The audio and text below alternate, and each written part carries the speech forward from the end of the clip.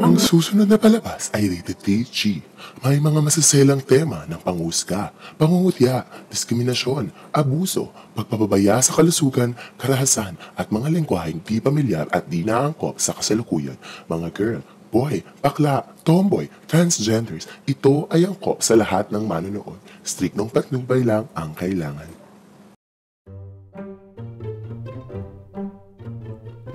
Hindi lahat ng transgender ay mukhang beauty queen. Pang shampoo commercial na buhok, matang pangmanika, Pinokyong ilong, ngiting kumukutikot-titap, mala Russian doll, na prong.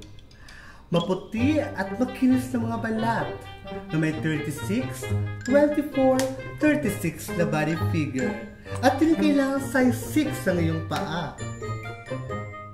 Dahil may mga ibang transgender na hindi talaga pasok sa konbensyonal na pamantayan ng pagkababae.